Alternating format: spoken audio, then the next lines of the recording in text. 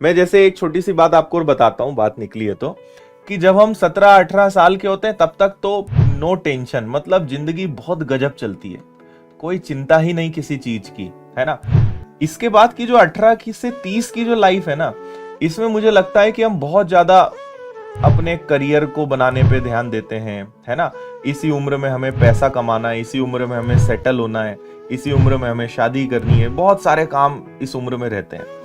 जब एक बार 30 से आगे बढ़ते हैं आप, तो फिर आपकी प्रायोरिटीज चेंज होती है। पहले आपकी कोई कुछ नहीं गतिविधि, पहले आप टेंशन फ्री थे, यहाँ सारे लफड़े जो हैं बस वो इसी उम्र में हैं। इसके बाद आप एक बार जब सेटल हुए तो आप दोनों अलग चीजों पे ध्यान देना चालू करते हो, है ना। और मैं अपनी स्थिति बता रहा हूं, मेरी स्थिति यही रही।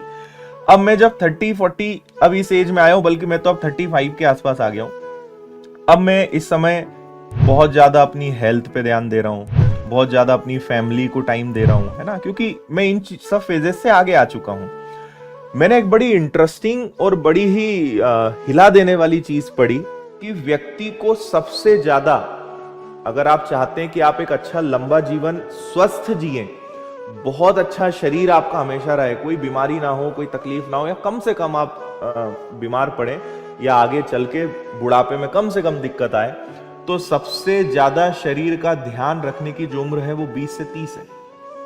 ये मुझे 35 में पता चला। सबसे ज्यादा शरीर का ध्यान रखने की जो बेहतरीन उम्र है वो क्या है, 20 से 30 है।